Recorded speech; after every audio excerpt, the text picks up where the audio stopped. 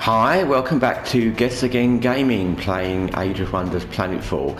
So as I load in, one thing I'm going to mention, because I've mentioned it a few times, and there you can see all the DLCs at the bottom. Revelations is the one I've already got, and there's the other two that I haven't. And honestly, they were both in sales. I probably mentioned that in a previous video, and I decided not to buy them. They were in a sale, but I've not really come across, and I think I've mentioned this quite a lot of times during different videos of this game, I've not really come across any amazing differences so far, and I've got to, kind of near the what will be the end game, because I'm in a war with the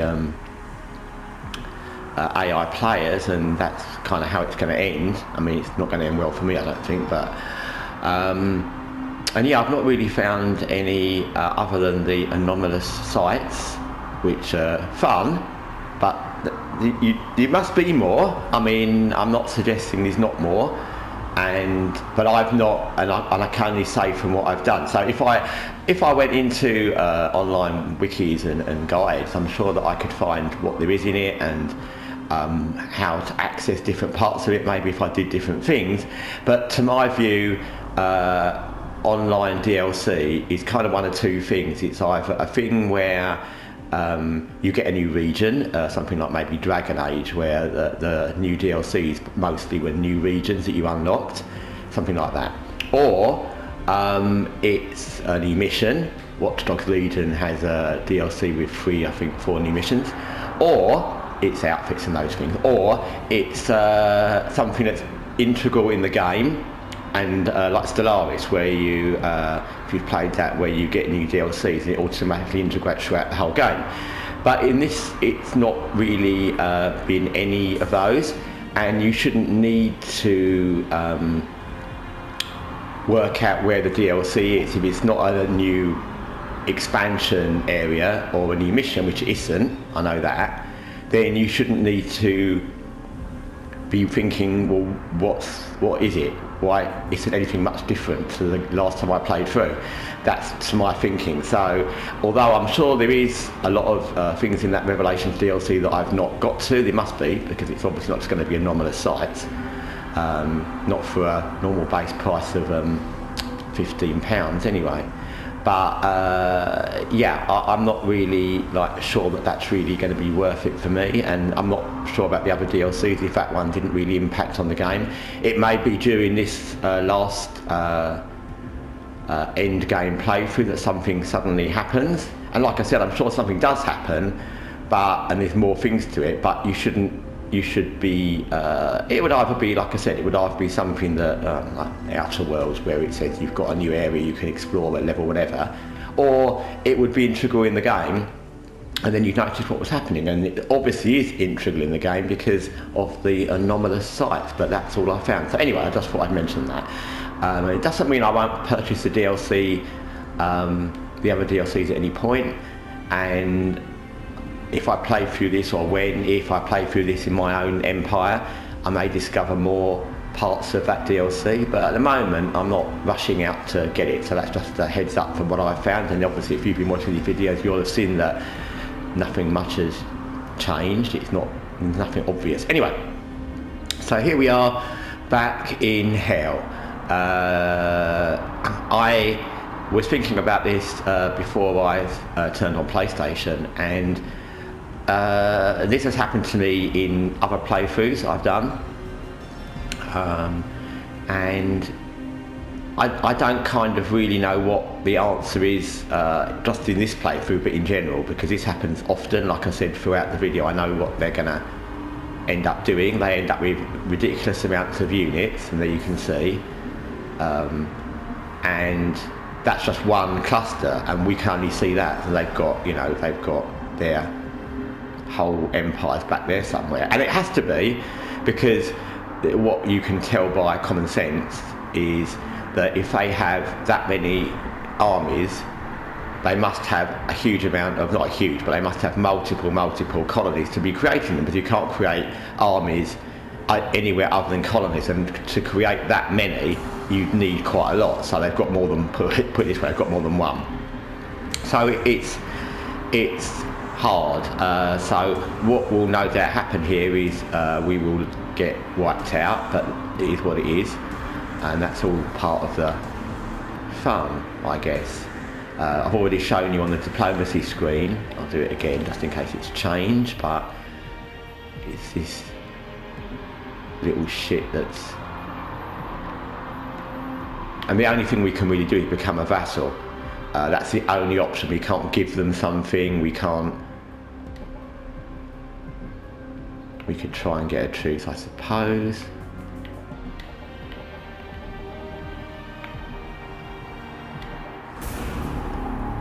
Yeah, well, they don't want to go for it anyway.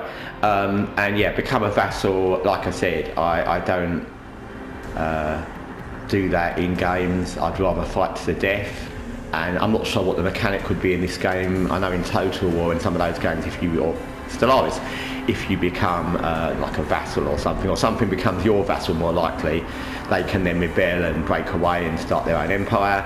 But I don't know how that would work in this. I don't know if once you start that you're kind of tied to it.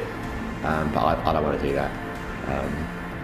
And if they've got that size army, I don't know how we would ever break away anyway. So anyway, we're stuck with what it is. And if we just look at, we can see their armies here because they're all on rafts, so they're gonna rafts. They're gonna come over here very soon. And they've got leader, 3 leaders at least. So yeah, they're doing what, that's a leader as well. So they've got 4 leaders at least. So they're doing what kind of I would have done, which I've worked out from this game you have to do, which is if I'd been attacking them, I would have just sent everything I've got at one place. Let's just end this turn and... Yeah, end the turn. I'm sure we've got things that can move, but it won't make any difference.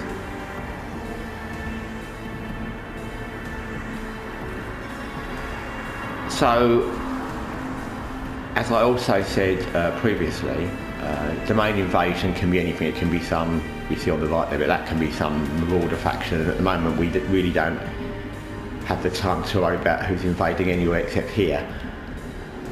And then they're going away again. I don't know what that means.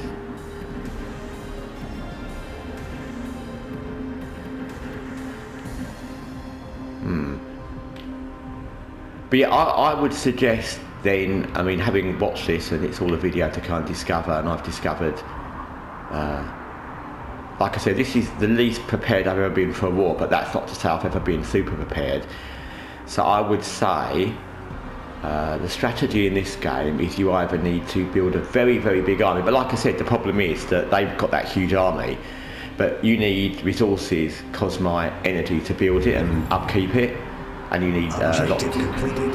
Yeah, that's the research we were doing for one of the NPC factions, whatever. Yeah, you need resources to make it and upkeep it, and I'm assuming they play by fair rules, but we've never had the resources to make that many. Has joined this battle, meaning the defender has extra units involved. We're not. Anyway. I think that means if we attack them, we've got extra units, but we're not going to attack them. So, yeah, I would say that it's going to be very, very hard to make the amount of units that they end up with, because they always, and I played through this quite a few times, and in my empire, they always end up with sort of almost limited amounts of units, which is what beats you. So I would say then, from my learning curve of this, the way you would have to play is to attack them reasonably early. If you wait, they will just have so many units that it's impossible. And that doesn't suit my play style. It probably suits a lot of people, but I'm usually a build up and wait. But I think this game needs something different. We will see. So now they've caused us another dilemma. They've kind of gone away. They declared war, but all on their rafts, and then they've just walked away. And that's not because, I don't think that's because they're scared of us, because you saw how many units they had in their armies. So Okay, well, there's nothing we can really do about that because we can just keep making new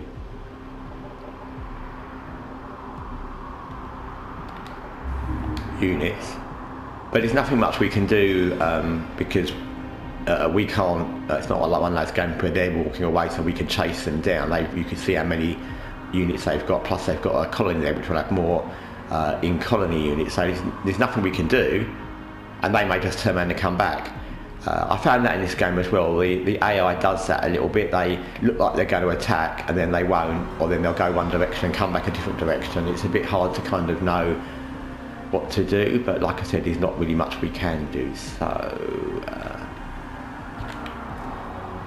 we've got an army there, we'll build up, it won't help. We've got all our units there. We've got an army there which we'll keep there because we need to have someone up there just in case, although it won't make a lot of difference. And we have to leave all these here, although like I said, the problem is that they may not come back. But now we're kind of tied to that thing where we have to leave a lot of units there just in case they do something, which is going to be irritating because we can't really do anything at all, including going over there and attacking that, whatever it was, the Cauliflower Hotel, because if we move any of our units away, although we're going to get wiped out anyway if they attack us, we get wiped out more. In fact, we may have to revisit that. If they just go away and don't attack, we might have to risk moving away a bit, and if they attack, because like I said, we can't do much about it anyway. So yeah, I would say this game, 90% of it is kind of easy. You're just like going through the early mid game, building up tech and whatever you want to build up, and building up your armies, and then the actual main conflict part of the game is not easy at all. Not easy at all.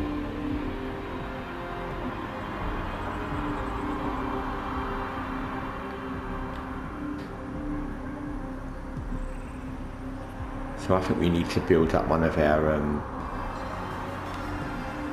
we need to mod one of those, because we need some higher ranking units. Like I said, higher ranking units won't do the thing against overwhelming numbers, but it can't hurt.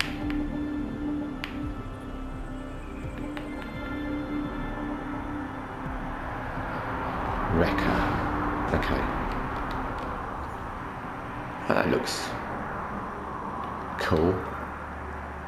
So we'll just add a few.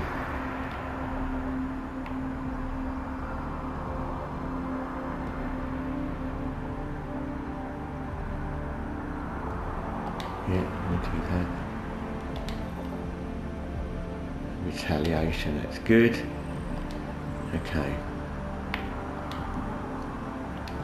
Yeah, like I said, overwhelming numbers beat superior units. In some games they don't. In Total War, often I found that superior units would overwhelm mass numbers of lower rank units, depending on the gulf between the units, obviously, you know.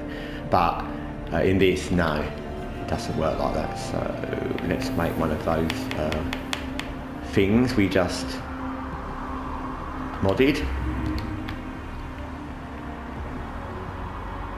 There's not much more we can do. I'm just going to see what they do for a couple of turns.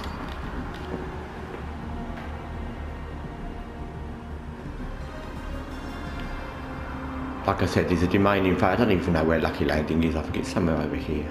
But anyway, we haven't got the units to spare to go and worry about marauders. And domain invasion, what that also means is it means there's somebody, and it's usually a marauder, just in that zone. It doesn't necessarily mean they're doing anything. They're not necessarily going to attack your forward base, and to be honest, normally if marauders do that, they lose. So it doesn't really mean anything other than there's a enemy unit of some description in your zone, which may not be doing anything at all. Well, okay, so they've done probably almost the most annoying thing they could do, which is they've just kind of done nothing. That whole army there's just kind of disappeared into the fog of war. And that one is a new lot of units, I'm guessing, that they've started up there. They've moved a few down to attack there, so you can end up, like I said, you can see how almost frustrating this can get, because we've got our units there, they were all down here, now they're up there, we can move all our units up there, we haven't got enough units to have in both places at the same time. I don't really like the fog of war in this game. I think it's a bit unfair, and what I mean by that is you can't I don't know, like getting in Total War games, I remember you could kind of go into other empires, territories with sometimes with armies, but usually with diplomats and spies. So you had options to unveil the fog of war, and once you'd done it, you could kind of see into their territories, at least you knew where their cities were, and yeah, you'd need to send in a new spy or an assassin to see where their armies were, because of course you couldn't see fresh movement without having a spy. But you knew the layout of the land, you knew how many cities they had in these areas, and you could send in spies and assassins, and even diplomats could do that to a point. But in this, you can't, there's no spy option, and there's no assassin of things like that, which I think it needs actually. I think in this setup, which is very, very similar to a Total War, a Stellaris kind of thing, I don't know why there's not a unit that's like a single spy unit that could do that, or an assassin or something, because it needs that, because you're playing an impossible guessing game where you can't even tell how many cities they have.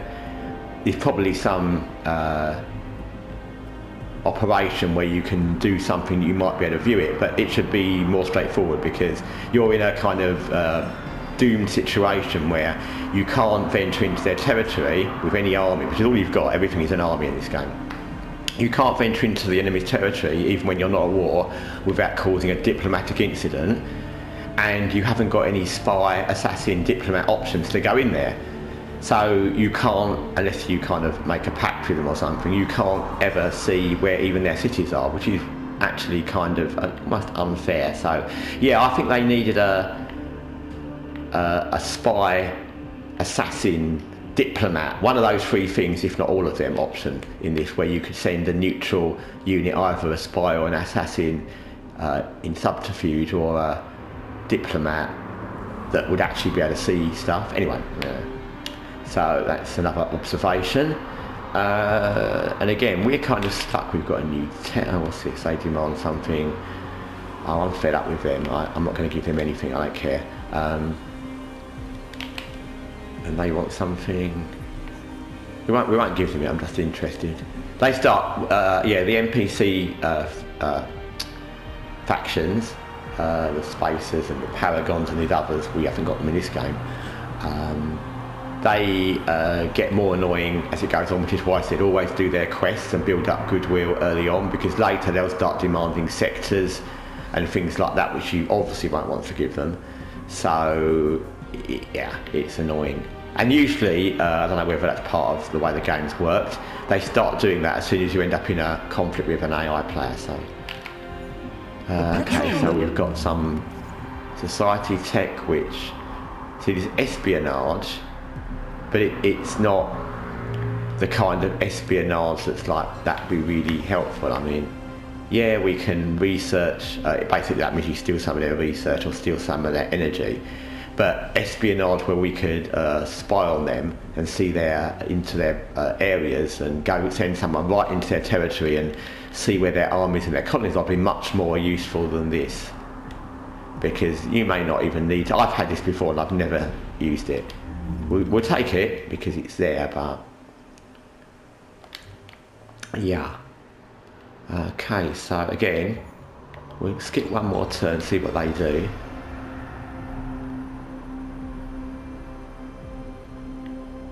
This little video has been a lot about kind of thoughts of what they're doing and the way the game pans out, because and it's actually funny, because when I signed into this PlayStation today and started this game, I assumed it would be a game about a battle, but actually it's a game about almost the opposite. It's a game about what happens if there's a battle and why there hasn't been a battle, and why the system is a bit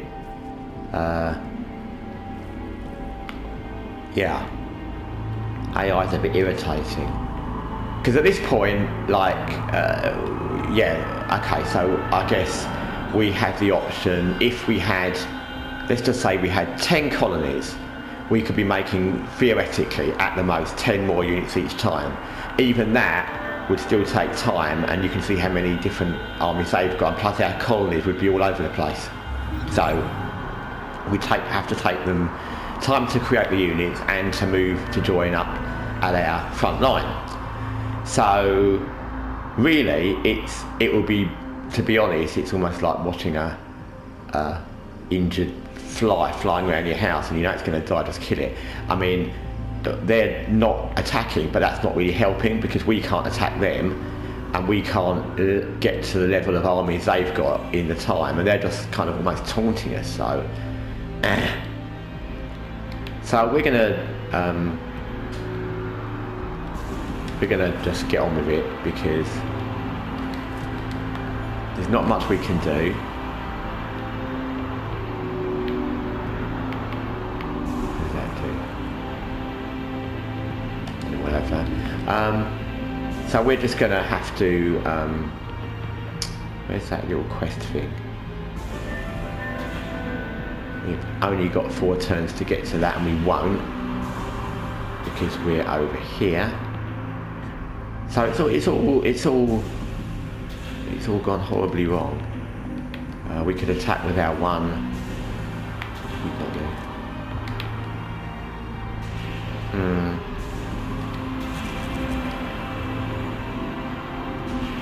Because I'm assuming that anyone in the same situation as I was in at that point, you may not have got to that situation because of course you'd have made different choices, you would have brought all your available units to the front line, and then it was a waste of time because nothing happened.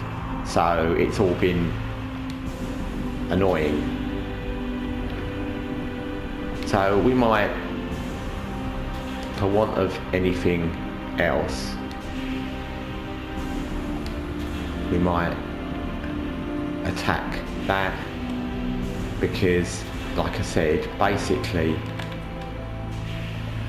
set that upgrade would be good because we could do with more energy. Yeah, basically there's no point to us just standing at the front line because they're just going to do that. They're going to go up there and down there, get on some rafts, get off the rafts, and even if we move all our armies backwards and forwards like a yo-yo, we're still not going to have enough units to defend ourselves properly. So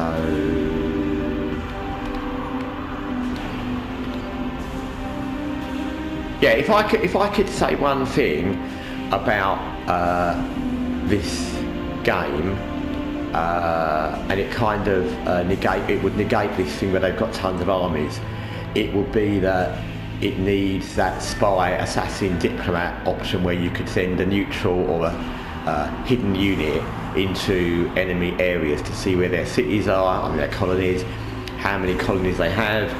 If it's a spy, you could see how many units they have. Maybe if you had an assassin, you could try to kill one of their leaders, because that would all help you a lot when it gets to this point where suddenly they've got like overwhelming numbers and you had no idea. I mean, I know because I played this before, but I mean, look at that. And if you had spy options or assassin options or diplomatic options, you would have obviously sent them into here and you'd have seen them building up this and you would kind of know in advance. So I think that would counter this thing where they overwhelm you with numbers, because the two things together make it very hard. That's not to say that it's impossible, because like I said, I'm pretty used to turn-based games, as I've mentioned lots of times, Stellaris, Total War, and then all the other things like XCOM and Phantom Doctrine and all these games where they're slightly different, but they're even back to Age of Empires. And I'm usually good at these, but this game I find that I end up in the same predicament all the time. So yeah, no, we're not going to open our borders at all for you, because you completely backstabbed us when we were in a pact, and you wouldn't help us when we got attacked. And why would we open our borders? We're certainly not going to want to go through her territory now. We've got other things to think about, and why the hell would we let you go through ours? We can't trust you, get lost. What do they want? They want energy. They want us to trade energy for Cosmite. Okay, we might do that, it doesn't really matter, but we've got a lot of both, so yeah. Okay, we've got that, that's good. Now these things start to matter a little bit more because we're at war. But again, I mean, and I've played this quite a few times, all these things, and there's an awful lot of these kind of things that sound good. You won't remember unless you've played this forever. Again, if you play a game almost forever, XCOM 2 would be a good example for me, or Watch Dogs Legion. You get to know all the different techs, and you get to know exactly which things are good, so you can almost wait for them. But in this, where they've not played it a huge amount, like those games, you won't remember what all these things do, so you just have to kind of pick one. That one's got 3, so let's go for that. That 3 must be better than 2 things, surely. And there is an awful lot of tech in this game. That's good, kind of. It's kind of good. Because there's a lot of it, and it's very difficult when you've got all these different attack options, void this and plasma that and poison this and energy this, and all these different just attack options, let alone anything else, to know which one to pursue and which weapon to get and which it's a lot. And it's good to have all those options, but it is a little bit overwhelming sometimes. Okay, so we're going to, they've all just kind of, they've got a lot of army there, which we're just going to ignore. Maybe they've just come to the seaside, who knows. Have we got any more? We are building something there, okay. So we're just going to concentrate on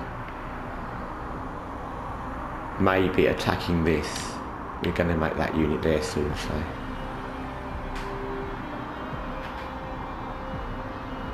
But it is, like I said, it is really, it's a dilemma, but the problem with a dilemma's good.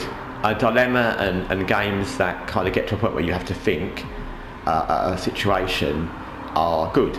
But the problem with this is, like I said, there's no way we could have predicted. I mean, I could, because like I said, I know what they do.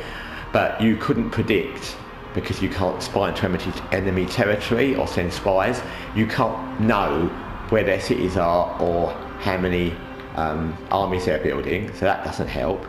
And then when they do this, where they just kind of appear, declare war and don't do anything, you're stuck between a rock and a hard place. You can't ever level up or build enough army to fight that, because you don't know when they're going to attack, and I've already gone into why that would be impossible.